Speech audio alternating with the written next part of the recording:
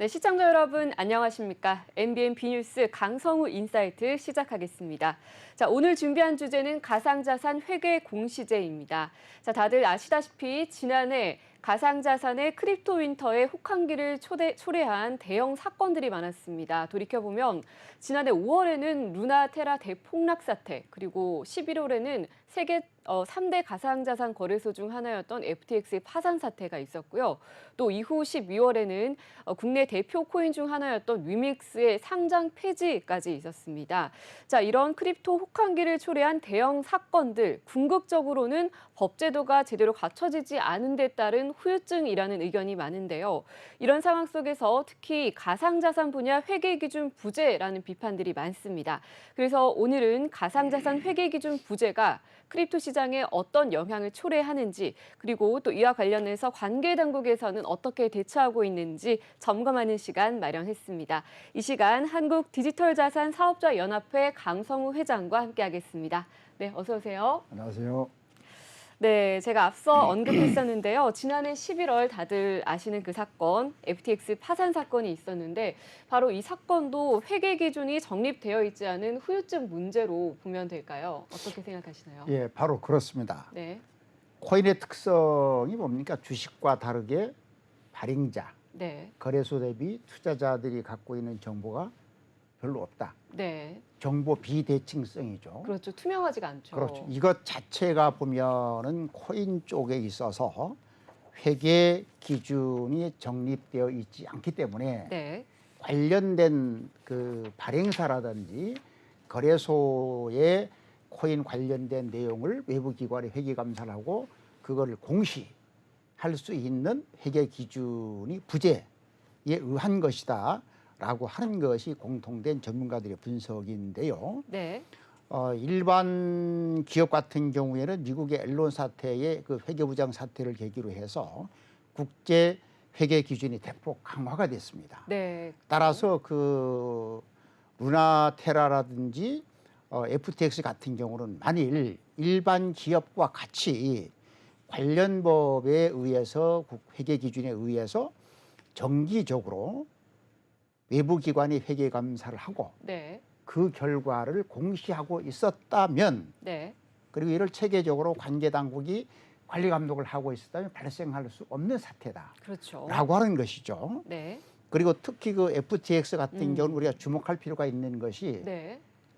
규제 프리, 네. 규제가 거의 없는 인구 40만밖에 안 되는 바하마의 본사를 두는 거죠. 네네.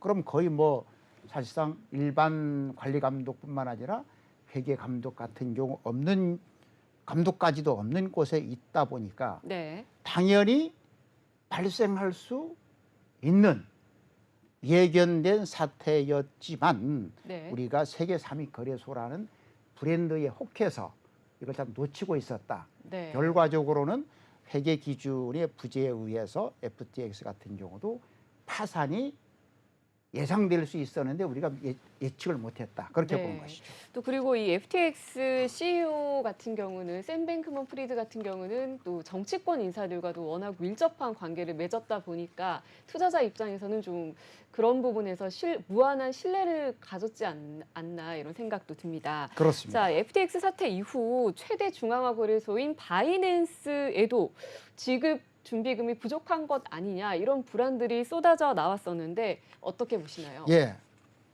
바이낸스의 그 자금 안정성인 경우는 뭐 여러 번 논란이 되고 있죠. 네. 그 작년도 12월 같은 경우에는 글로벌 회계법인인 마자르가 바이낸스의 준비금 증명 보고서를 더 이상 작성할 수 없다. 네. 그리고 기존의 그 마자르 회계법인이 발표를 했었던 그 바이낸스 준비금 증명 보고서도 비트코인에 의해서 한정된 범위 내에서 이루어진 것이다라고 밝히고 있죠. 네. 구체적인 수치를 들어보면 바이낸스 스테이블 코인 바이낸스 달러 시가총액이 지난해 12월 달에 하나 21조 원에서 하나 19조 원으로 해서 한 달 사이에 작업한 지 2조 1,300억이 줄어듭니다. 네. 그리고 한 주 동안만 한 1조 2천억이 날아가죠. 그러네요. 그리고 그 암호화폐 리서치 업체인 체인 아르고스가 밝히는 바에 따르면 10억 달러 이상의 유통량 차이가 났었다.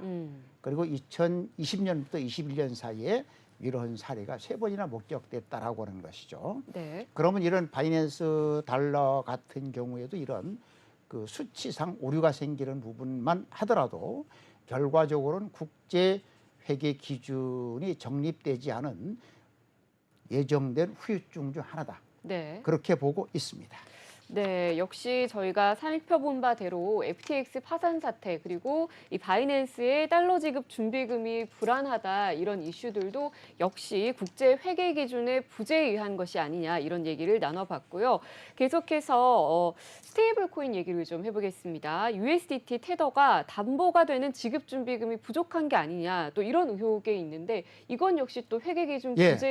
부재에 따른 의혹일까요? 그 지금 그 스테이블 코인의 50% 이상 그를 차지하고 있는 1위 코인이죠. 네. 하지만 이 또한 그 지급 준비금이 부족한 게 아니냐라고 하는 것이 지속적으로 그 언론을 통해서 제기가 되고 있는데요. 네. 테더의 담보 자산인 경우는 현금 외에도 국채나 뭐 담보 대출, 가상 자산 등으로 구성이 되어 있습니다. 네. 특히 문제가 되는 것은 테더의 담보 대출을 통한 USDT 발행 규모가 지난해 3분기에 61억 달러였는데 지난해 말에는 41억 달러 대비 다시 말씀드리면은 그 한 분기 사이에 네. 한 49%가 증가를 담보 대출이 하는 오. 거죠. 물론 뭐 올해까지는 이제 준비금 담보 대출을 중단한다고는 밝혔지만 아직도 이에 대한 명확한 의혹들이 깔끔하게 정리되지 못하고 있다. 또 그럴 수밖에 없는 게 네. 테더의 자매 기업이기도 한 가상자산 거래소인 그 비트파이넥스가 2019년에 네. 그 자사 손실을 보전하기 위해서 USDT 이미 이용을 한 혐의를 가지고 하나 한 230억 정도의 벌금을 부과받았던 전력들도 있기 때문에 네. 시장에서는 지급준비금이 부족한 것이 아니냐. 이 또한 명확한 회계 기준이 있었다고 하면 있을 수 없는 일들 중에 하나다. 그렇게 보는 것이죠. 그렇죠. 아무래도 이 USDT가 담보형 스테이블 코인이다 보니까 이런 의혹들이 지급 준비금이 부족한 게 아니냐라는 의혹들이 자칫하면 근본이 흔들릴 수 있는 의혹이다 보니까 더 하루빨리 회계 기준이 마련돼야 되지 않을까 이런 생각도 듭니다. 자, 그렇다면 USDC 스테이블 코인 발행사인 서클 이 준비금 내역이 포함된 회계 감사 보고서를 발표를 했다고 하는데 이건 또 어떤 내용인가요? 앞에 그 2개 사례하고는 상반된 사례입니다. 네. USDC 스테이블 코인 발행사에서는 작년도 12월 기준으로 작성된 준비금 내역이 포함된 외부 회계감사 보고서를 발표를 했죠. 네. 서클이 발표한 그 회계감사 보고서를 본다면 회사 보유의 그 준비금은 한 446억 9천만 달러 대비 같은 기간 내에 시장 유통량은 445억, 뭐 거의 같은 수치죠. 네. 그래서 그리고 그 준비금 중에서 53% 정도는 미국의 국채입니다. 그렇다면은 이 투자자 입장에서는 앞서 얘기했었던 USDT보다는 조금 더 안심을 할 수 있지 않을까? 100% 안심이죠. 예. 왜 그러냐면은 준비금 중 53%가 국채라고 하는 것은 국채는 즉각 시장에서 그걸 팔고 현금으로 그쵸? 네. 바꿀 수 있다는 교환성이 있는 거고요. 그리고 그 다음에 나머지 준비금인 경우는 미국 은행에 보관이 되어 있다. 다시 말씀드리면 시중에 유통되고 있는 금액에 상당한 준비금들이 있기 때문에 최악의 경우에 USDC 서클사가 파산한다 하더라도 고객들은 본인이 예치한 자산을 네. 돌려받을 수 있는 이 준비금을 객관적으로 증명하고 있는데 예. 이것은 그 회사가 선제적으로 능동적으로 이런 회계감사를 해서 외부에 발표를 하고 있는 우수한 사례라는 의견들이 제기가 되고 있는 것이죠.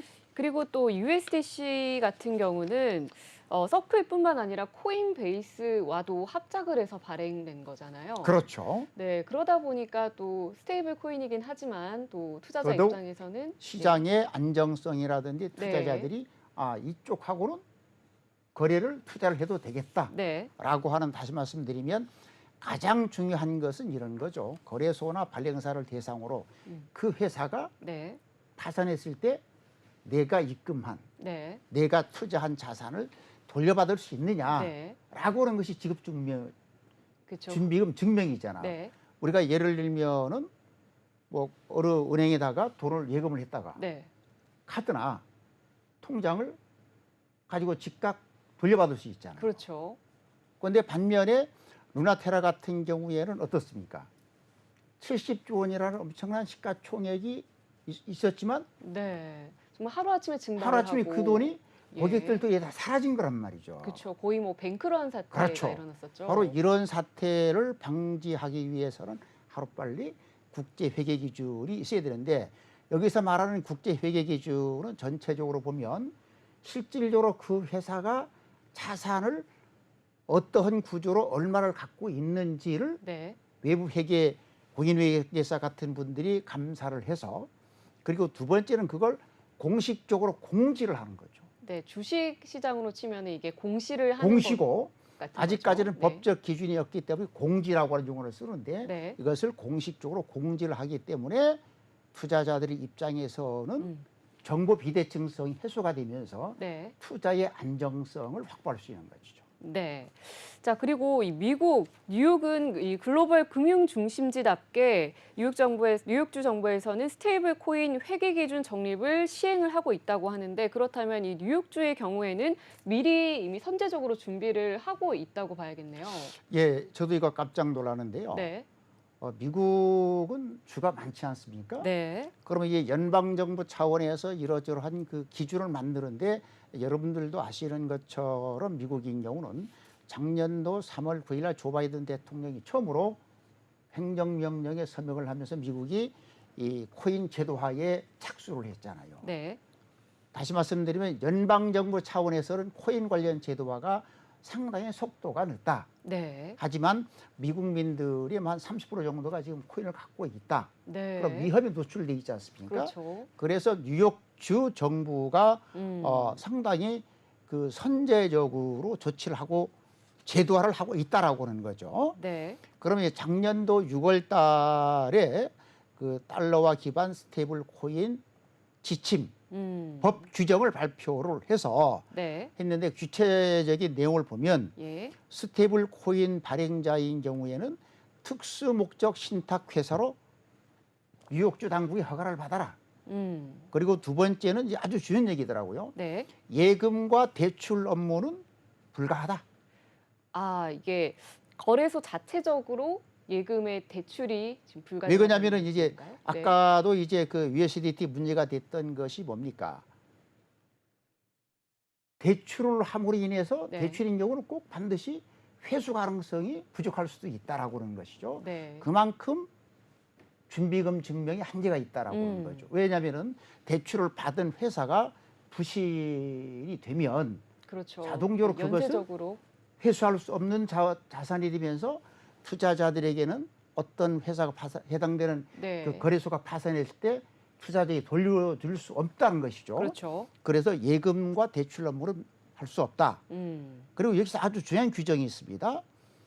상환인 경우는 예를 들어서 투자자가 상환을 요구할 때는 이틀 사이에 사전에 약정된 교환 비율에 따라서 달러로 지급할 수 있도록 해라라고 아예 뉴욕주 법 규정이 있다고 그런 것이죠. 네. 그리고 또 그 준비 자산은 회계 자산과 고객 자산을 분리해서 보관 관리를 하고, 네.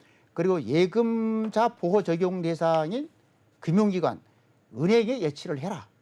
아니면 국채나 국채와 같은, 다시 말씀드리면 현금성 자산으로 갖고 있어라.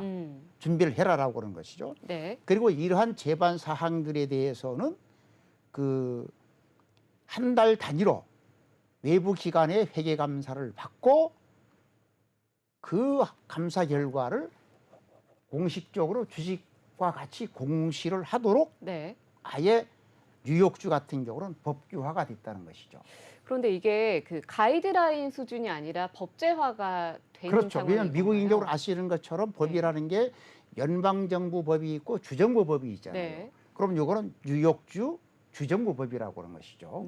그래서 저도 이걸 보면서 이러한 사례가 하루빨리 미국의 전주, 네, 그러네요. 우리나라를 예. 포함해서 세계적으로 하루빨리 이게 확대돼야겠네요. 제도가 예. 확산이 된다면 네. 가상자산 코인에 갖고 있는 정보 비대칭성, 정보의 불투명성이 해소가 되면서 가상자산 시장의 안정성을 통해서 시장의 확장 가능성도 있을 수 있겠다는 그 생각을 하고 있습니다. 네, 자, 지금까지 이 가상자산 회계 기준 부재가 가상자산 거래소와 또 스테이블 코인에 미치는 발행사까지도 영향을 미치는 거죠. 네, 예. 살펴봤고 또 미국 뉴욕주 정부는 이미 가이드라인 그 지침을 발표를 2022년 6월에 했었다. 이런 내용까지 이야기를 나눠봤습니다.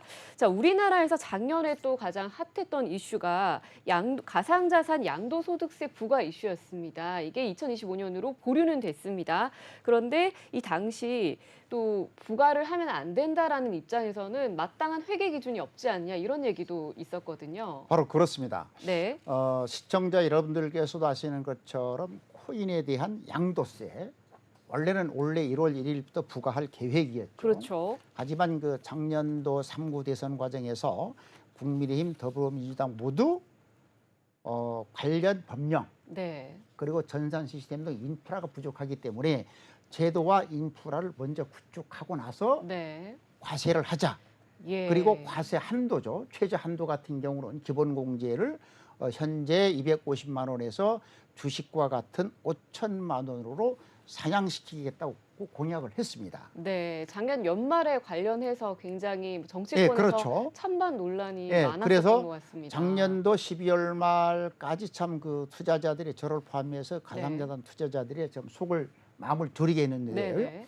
결과적으로는 12월 말에 그 양당 합의위에서 국회에서 네. 소득세법을 개정을 했는데 네. 그 작년도 3구 대선에서 공약한 것 중 하나만 됐죠. 금년도 1월 1일 과세하기로 했던 것을 2년 연기를 해서 네. 2025년 1월 1일로 그 과세 시기를 연기를 하는 걸로 소득세법은 개정이 됐습니다. 네. 하지만 작년도 3구 대선에서 양당 후보가 똑같이 공약했었던 게 뭐냐면은 과세 최저 한도를 주식과 같이 기존 250만 원에서 5천만 원으로 상향하겠다는 공약은 작년도 12월 말 국회에서 통과된 소득세법 개정안에 포함되어 있지 않습니다. 네. 그럼 왜냐?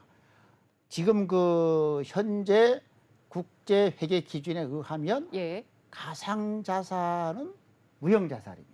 우리나라도 이 국제 회계 기준을 지금 그렇죠. 따르고 있기 때문인 거죠. 예. 네. 그러면 무형자산이고 무형자산인 경우는 소득세법상 과세 최저 한도 그 기본 공제액을 250만 원으로 규정을 하고 있어요.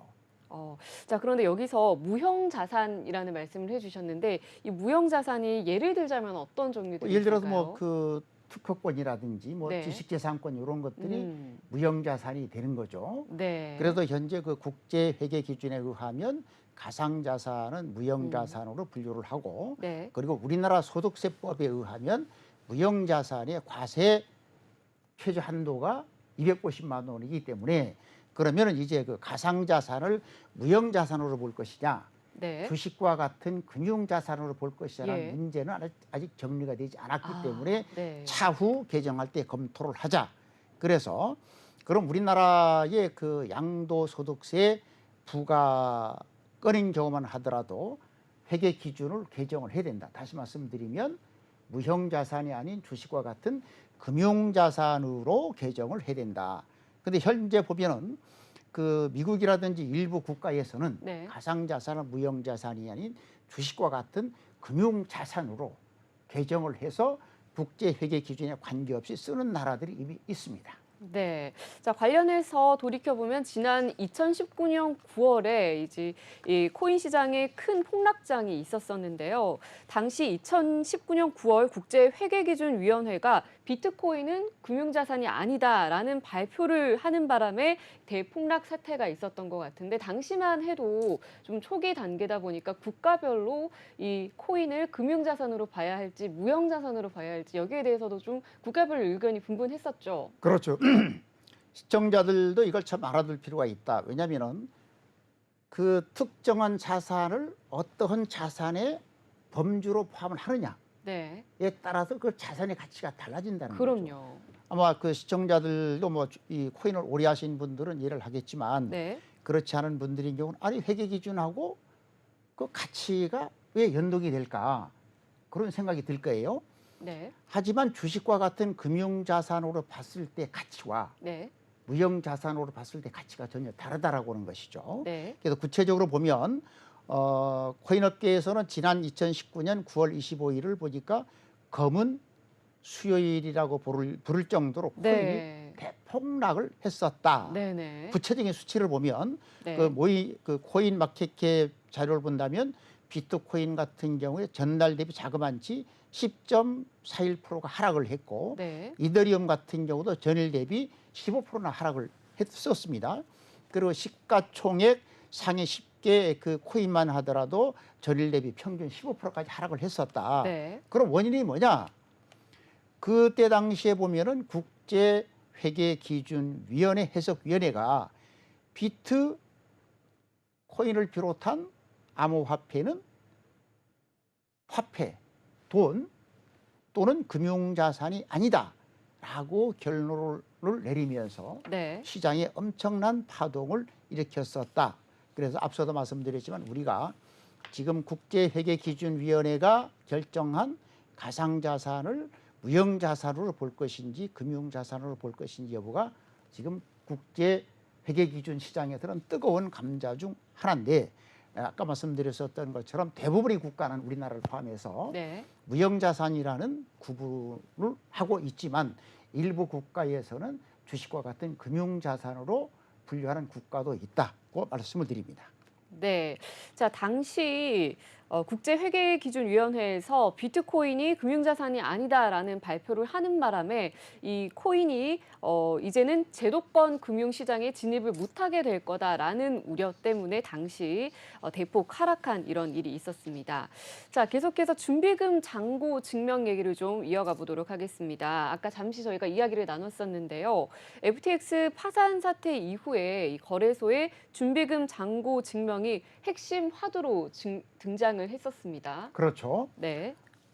앞에서도 잠깐 우리가 짚고 넘어갔습니다만은 USDC 같은 경우에는 네. 이미 작년도 12월 말 현재로 시중에 유통되고 있는 USDC만큼 회사가 현금성 자산을 확보하고 있기 때문에 최악의 경우에 그 회사가 파산하더라도 고객들은 시총에 상응하는 현금으로 돌려받을 수 있다라고 하는 것이죠. 네. 그러면 이게 왜 문제가 되느냐면은 우리가 FTX가 파산하면서 사실상 거의 FTX에 그 예치를 했었던 고객들이 거의 또한 루나테라와처럼 돌려받지 못하고 있지 않습니까? 네. 그러면은 어느 순간에 나의 자산이 사라질 수도 있다. 그럼요. 그래서 그러면은 이제 거래소들의 얼마나 준비금 잔고 증명을 객관적으로 외부 회계감사 결과를 토대로 하고 있느냐라고 하는 것이 핵심적인 화두 중에 하나로 떠오르고 있죠. 네. 그래서 FTX 같은 경우는 여러분들 아시는 것처럼 고객의 자산을 임의로 대출을 해준다든지 객관적인 의사결정을 가지지 않고 사용을 함으로 인해서 결과적으로는 파산에 이르렀고 그 FTX의 관련 자산을 예치했던 고객들은 돌려받지 못하는 우리말로 이제 벼락거지가 됐었죠. 네. 반면에 뭐 크라켄이라든지 게이트 같은 거래소들인 경우는 1년에 2번 외부 회계감사를 통해서 그 잔고 증명을 하고 있는 상태다라고 하는 거죠. 네. 제시 파월 크라켄 거래소의 창업자 같은 경우는 거래소의 회계 감사가 100% 완전한 것은 아니라 하더라도 이를 자주 지금 이미 크라켄 같은 경우는 1년에 2번 하고 있지만 자주 증명할 수 있도록 문제를 숨기는 것이 더 어려워진다. 다시 말씀드리면 투명성이 확보가 되고 투명성이 확보되는 만큼 고객들이 해당 거래소를 믿고 거래를 할 수 있다라고 밝히는 거죠. 그래서 FTX 사태 이후에 바이낸스를 비롯한 대부분의 거래소들도 이를 따르겠다라고 하는 방침은 밝혔지만 아직 객관적으로 외부 회계 감사를 받고 이를 외부에 공표하고 있는 사례는 나타나지 않고 있습니다. 네, 이러다 보니까 이제 이용자 입장에서는 중앙화 거래소를 더 이상 믿지 못하겠다.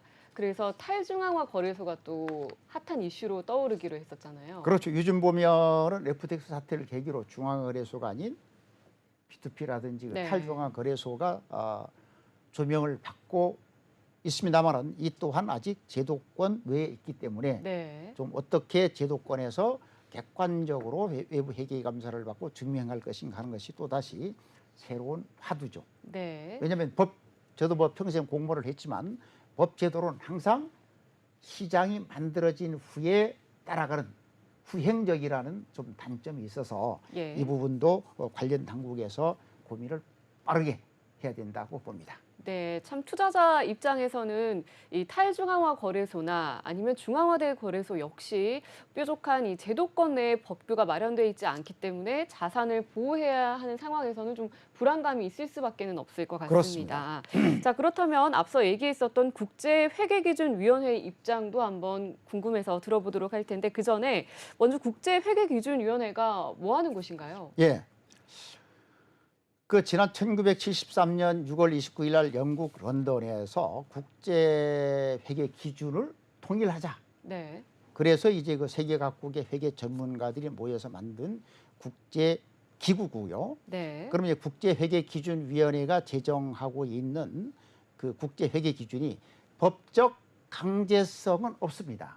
아, 네. 함에도 불구하고 유럽을 비롯해서 뭐 한국까지 포함을 해서 대한민국을 비롯한 전 세계 대부분의 국가가 국제 회계 기준에 따르고 있다. 그럼 이제 구체적으로 절차를 따져보면 네. 국제 회계 기준이 특정한 사례에 대한 회계 기준을 만들어서 초안을 공포하고 나서 그 관련국들의 의견을 들은 후에 6개월 후에 확정을 하면 한국을 비롯해서 회원국 대부분인 경우는 국제 회계 기준에 따라서 해당 국가의 회계 기준을 만들어서 쓰고 있는데 우리나라 같은 경우도 한국 회계 기준원이 이를 담당하고 있습니다만은 국제 회계 기준에 제정한 기준을 한국 회계 기준원이 그대로 따라서 따를 수밖에 없겠네요. 시행을 하고 있다. 왜 그러냐면은 예. 지금은 특히 글로벌화가 되어 있기 때문에 전 세계 동일한 회계 기준을 쓰지 않았을 때 어떤 문서를 보내면 그 기준에 대한 해석 네. 가치가 달라질 수밖에 없기 때문에 그렇죠. 큰 혼란이 동일한 야기될 수 있을 것 회계 같습니다. 기준을 쓰고 있는데 네. 국제회계기준위원회가 이 기준을 만들고 있는 곳이죠. 네. 자, 그런데 이 국제회계기준위원회에서 암호화폐 관련 기준도 발표를 한 게 있나요? 그렇죠.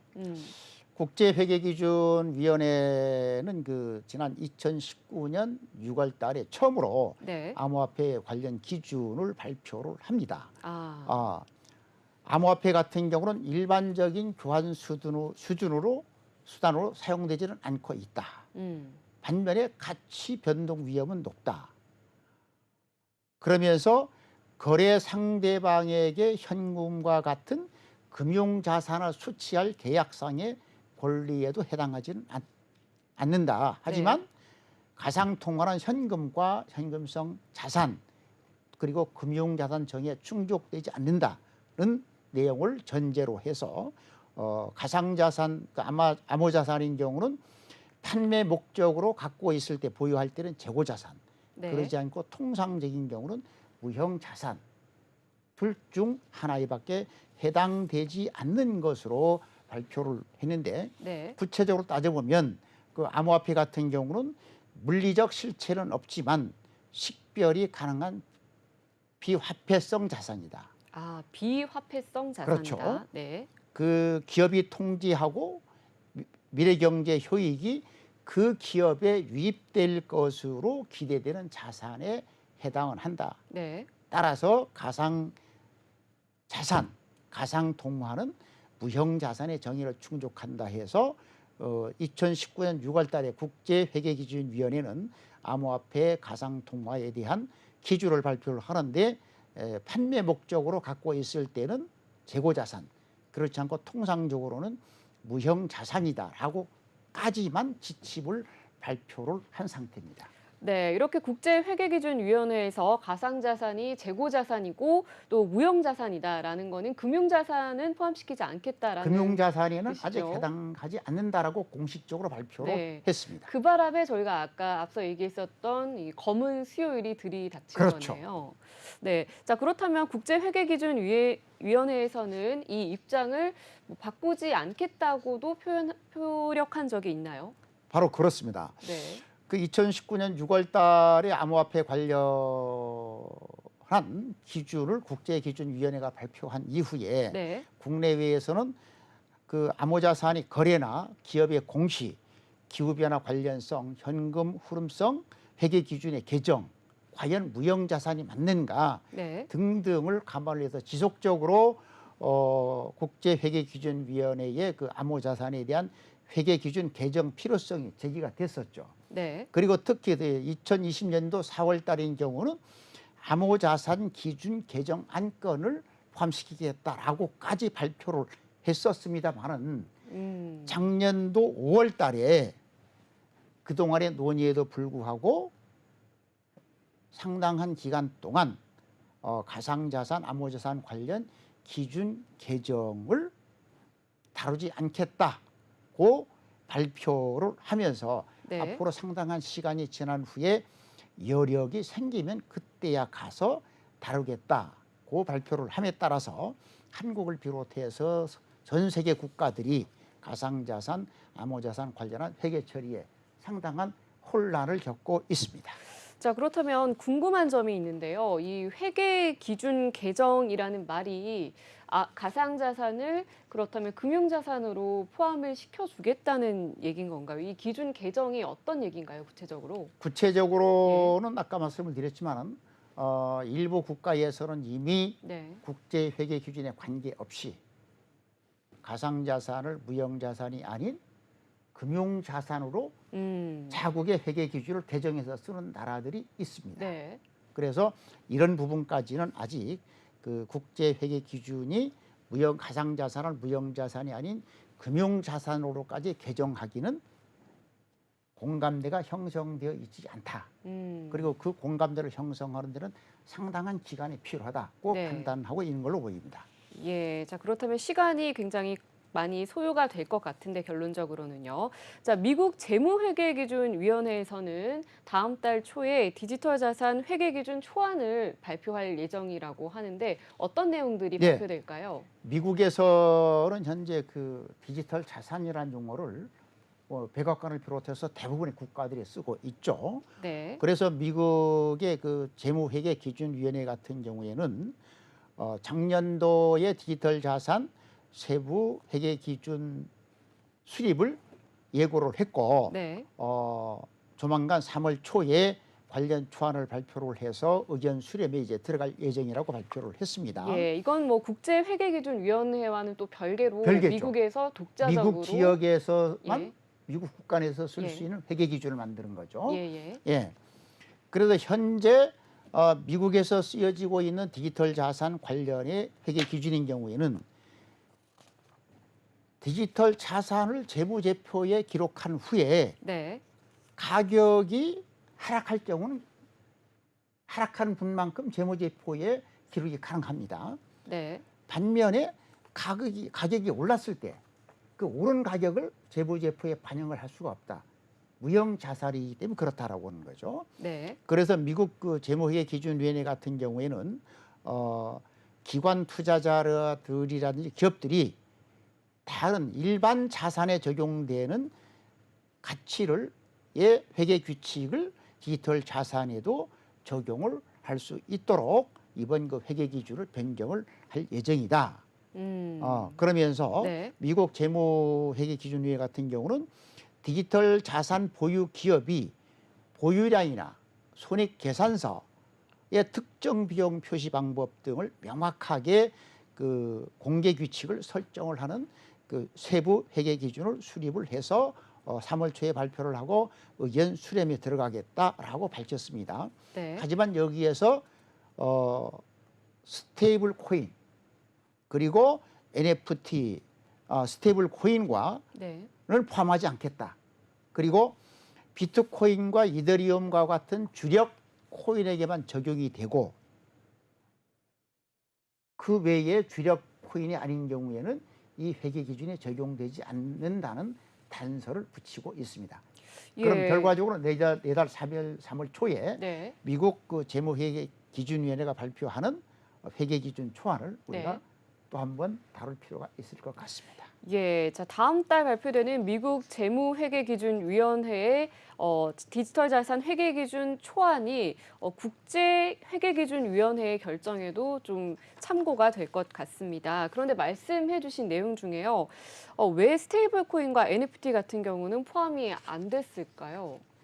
그것은 구체적인 내용적으로는 아직 초안이 발표가 안 되기 때문에 네. 그것은 지금 개괄적인 내용만 네. 발표를 그 구두 멘트를 하고 있어서 아직은 확인이 안 되고 있어서 아까 말씀을 드린 것처럼 내달 초에 발표되는 구체적인 자료를 보고 우리가 확인을 해야 될 것 같습니다. 예, 그리고 조금 전 말씀해 주신 내용 중에요. 회계 기준이 변경이 된다면 기관 투자자나 기업들 같은 경우는 다른 자산에 적용이 되는 공정 가치 회계 규칙을 디지털 자산에도 적용을 할 수 있을 코인에도 것이다. 적용을 할 수 있다라고 그렇다면 이 다른 자산이 곧 금융 자산을 의미하는 걸까요? 지금 아니면 제가 조금 봤을 포괄적인 때는 의미일까요? 현재 네. 가장 큰 중요한 문제가 코인은 국제회계기준에서 무형자산이다. 네. 무형자산인 경우는 네. 가치가 내려가면 내려간 만큼은 그 재무제표 기록이 가능하죠. 네. 그런데 상승하는 부분은 재무제표에 반영을 못하고 있습니다. 네. 하지만 금융자산으로 변경이 되면 내리면 내린 만큼 오르면 오른 만큼 재무제표에 반영할 수 있다라고 하는 측면에서 그리고 미국에서는 뭐 이미 금융자산으로 인정하는 사례들이 있기 때문에 아마 네. 금융자산으로 인정될 것으로 추정됩니다. 네. 자, 3월에 발표되는 내용 다 주시해서 지켜보셔야 될 것 같습니다. 계속해서 국내 상황도 한번 살펴보겠습니다. 국내 거래소의 지급 준비금은 외부 회계 감사를 받고 있는 곳이 있고 또 그 결과를 공지를 하고 있는 곳도 있죠. 구체적인 사례를 좀 말씀해 주시죠. FTX와 다르게 국내 거래소인 경우는 네. 지난번에 FTX 거래소 파산을 계기로 국내 거래소는 안전하다라고 하는 것이 뭐 관계 당국이나 거래소의 공식적인 입장이었습니다. 네. 이게 구체적으로 왜 그런가라고 하는 거죠. 특검법 제5조의 2항 3항 그 마목 그리고 시행령 제10조의 18 1항 1호에 보면 회사 자산과 고객의 자산을 분리해라. 네. 그것도 고객별로 보관 관리를 해라. 네. 그 현재 법에 규정을 하고 있고요. 그리고 두 번째 부분인 경우는 금융당국의 권고에 의해서 3개월 단위로 회계감사를 받고 그 결과를 공지하도록 그 회계당국이 금융당국에 권고를 하고 있습니다. 네. 그런데 문제는 여기서 우리가 그 짚고 넘어갈 부분이 3개월 단위로 외부 회계 감사를 받고 그 결과를 공지하라라고 하는 것은 아직 법적 규정이 없습니다. 네. 그러면 금융당국이 권고에만 머물러 있기 때문에 이 부분이 조속한 법제화 그리고 회계 규정이 조속한 개정이 필요하다라고 하는 거죠. 네. 반면에 그 지난 6일 금융당국이 발표한 토큰 증권인 경우는 자본시장법에 의해서 당연히 외부 회계 감사를 받고 그 결과를 이건 자본시장법은 공시죠. 네. 예, 법적인 용어로서 당연히 공시하도록 규정되어 있습니다. 구체적으로 작년도 4월 20일 날 금융당국에서 국내 최초로 그 투자계약 증권형 토크 투자계약 증권으로 결정된 뮤직하우 음악 청구권인 경우 보면 네. 사업자가 파산하더라도 투자자들의 재산을 보호할 수 있도록 자본시장법 규정에 의해서 투자자의 재산은 투자자 명의로 명예신탁, 수익증권 구조로 전환을 했는데 투자자의 예치금인 경우는 현재 투자자 명의로 키움증권에 예치를 했다고 그 금융당국에다 보고를 한 것은 물론이고 현재 외부에 공시가 되어 있다는 거죠. 네. 따라서 우리나라도 현재 국회에서 결의 중인 디지털 자산 1단계법을 조속히 개정을 해서 이런 부분에 법적으로 제도적으로 반영을 해야 되고 뿐만 아니라 우리나라 자체의 그 한국 회계 기준도 조속하게 개정을 해서 이런 부분을 제도적으로 뒷받침할 필요가 있다라고 하는 거죠. 네, 자 이미 금융감독원과 회계기준원 그리고 공인회계사회 등은 이미 이 가상자산 회계기준 마련에 나선 것으로 알고 있습니다. 예. 어떤 활동들을 했나요? 예, 작년도 루나테라 네, 대폭락 사태를 계기로 5월달, 6월달 그 여당인 국민의힘 주최로 당정 대책회의를 그 2번을 했죠. 그거를 거치면서 그 금감원이 주도적으로 루나테라 같은 경우도 결론적으로는 회계 기준 부재에 문제가 있다에 착안을 해서 네. 금감원이 아까 말씀하신 것처럼 그 한국 회계 기준원이나 공인회계사와 회와 함께 예. 그 루나테라 대폭락이라든지 FTX 파산 이런 부분들이 회계 기준 부재에 있다는 문제에 착안을 한 점, 그리고 두 번째는 국회에 계류되어 있는 디지털 자산 관련법 제정이 너무 늦다. 그렇죠. 그래가지고 네. 투자자 보호나 시장 안정을 위해서 국내 가상자산 회계 처리 지원 방안을 조속히 마련하자. 네.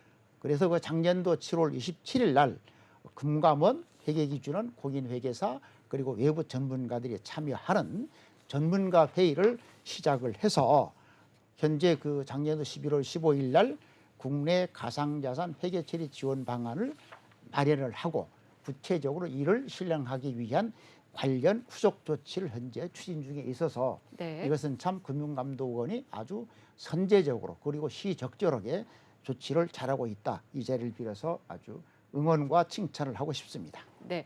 자, 그렇다면 구체적으로 아까 말씀하셨던 내용 중에 가상자산 회계 처리에는 어떤 문제들이 있나요? 항목별로 좀 말씀해 주시죠. 예, 우리나라 첫 번째는 그 발행사의 문제입니다. 발행사. 네. 예, 지금까지는 대부분의 문제가 보면 거래소 얘기만 하거든요. 예.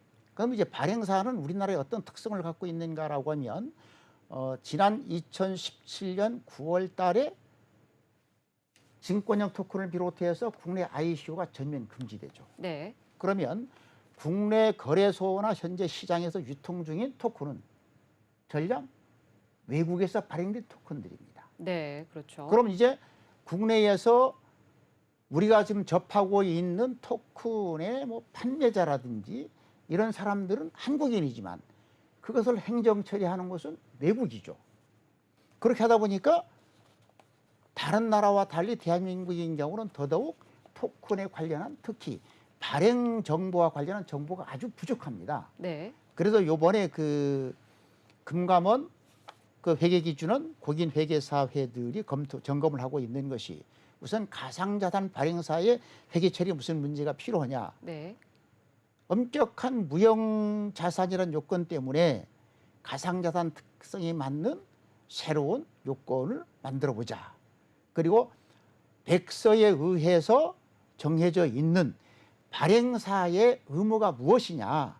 그리고 백서에 나와 있는 사업 진척도에 대해서 어느 정도를 공시를 해야 되느냐. 이런 문제들이 지금 이번에 다뤄지고 있는데요. 네. 구체적으로 작년도 9월 달에 그걸 서울지방법원 같은 경우는 G토큰 발행자에게 징역 5년 실형을 선고를 했습니다. 네. 선고했던 사유 중에 하나가 뭐냐면 백서에 의한 사업계획에 제대로 진척되고 있는지 여부를 공지를 잘 안 했다. 네. 공지 위반 의무를 들어서 징역 5년을 실형을 주었던 사례가 있죠. 예. 그리고 작년도 12월 달에 그 업비트를 비롯해서 그 위미스 토큰이 그 상표가 되지 않았습니까? 네. 이것도 똑같이 토큰 변동 사항을 공지를 제대로 하지 않았다는 문제가 있는 거죠. 그리고 첫 번째는 가상자산 발행사 문제가 있고요. 네. 두 두 번째로는 법인 법인 회계 토큰을 문제. 네. 구매해서 갖고 있는 법인 회계 문제가 나오죠. 네. 아까 말씀드렸었던 것처럼 그 영업 목적은 재고자산, 그게 무형자산이기 때문에 이 개념을 금융자산이라든지 개념을 확장할 필요가 있다라고 하는 것이고, 그리고 또 그 회사가 갖고 있는, 법인이 갖고 있는 코인에 관련된 구체적인 내용을 공시를 해야 그 회사의 법인에 투자한 투자자들에게 정보를 제대로 제공할 수 있다라고 하는 것이고요. 네. 거래소 입장이라든지 등등해서 아주 다양한 회계 처리 문제가 제기가 되고 있습니다. 예, 자 마지막 질문이 될 것 같습니다. 지난해 12월 28일이었죠. 금융감독원과 회계기준원 그리고 공인회계사회가 공동 개최했던 세미나가 있었는데요. 여기에서는 또 어떤 내용들이 주로 다뤄졌었는지 간략히 좀 짚어주시죠. 예, 그 여러 가지 문제들이 제기가 됐었습니다만은 가장 중요한 건 아까 말씀드렸었던 것처럼 국내 시장에서 간과되고 있는 발행사들에 대한 회계 기준, 네. 회계 감사 기준, 그리고 거래소, 그리고 보유한 기업들이 어떠한 형태로 회계 처리를 해야 하는지 하나, 네. 그리고 두 번째는 그 공인 회계사들이 감사를 갔을 때에 구체적으로 어떻게 감사를 해야 되는지 감사 가이드라인, 그리고 세 번째는 이 부분들이 구체적으로 현장에서 실행이 되려고 하면 한국 회계 기준에서 관련 내용을 그 한국 회계 기준은 자체적으로 국제 기준에 관계없이 관련된 규정을 개정을 해야 됩니다. 네. 그럼 이렇게 관련된 규정을 개정을 하기로 합의를 받고 현재 후속 조치를 하고 있는데요. 네. 구체적으로 우리가 그 따져 본다면은 발행사 문제 같은 경우만 하더라도 공시를 의무화시키자. 그리고 그 규정을 근거를 한국회계기준원에서 신설을 하자. 하지만 이번에도 똑같이 그 공시 가상자산 대상에서 NFT와 CBDC는 제외됩니다. 네. 그리고 그 시장가치 산정은 국내 또는 외국의 주요 가상자산 거래소의 시세를 적용을 하고 왜 그 거래소를 택했는지도 구체적으로 그 회계감사 보고서에서 설명할 수 있도록 하는 이러한 규정들을 만들기로 합의를 받고 현재 한국회계기준에서는 관련 규정을 개정하는 절차를 밟고 있고 공인회계사회에서는 실제 현장 감사를 갈 수 있는 감사 기준을 마련 중에 있다. 이 절차들이 끝나는 대로 우리나라 같은 경우는 한국형 회계 감사 처리 기준이 제정되고 시행될 예정입니다. 그를 통해서 그만큼 다양한 정보가 객관적으로 제공되면서 시장의 그 정보 비대칭성 해소가 되고 보다 더 시장이 안정화되면서 투자자들이 안심하고 투자할 수 있는 환경 조성이 될 것으로 보입니다. 네, 또 관련해서 다음 달 금융감독원에서 토론회가 열린다고 하는데요. 이때 가상자산 발행과 보유와 관련한 주석 공시 의무를 또 신설화하겠다는 내용도 담길 예정이라고 하니까 또 이때 어떤 내용이 또 추가로 나올지 저희도 함께 지켜보도록 하겠습니다. 네, 오늘 KDA 강성우 회장과 함께 가상자산 회계 공시제에 대한 심도 깊은 이야기 나눠봤습니다. 네, 오늘 말씀 여기까지 듣도록 하겠습니다. 네, 감사합니다. 감사합니다. 네, MBN B뉴스 강성우 인사이트 오늘 준비된 시간은 여기까지입니다. 시청해주신 여러분 고맙습니다.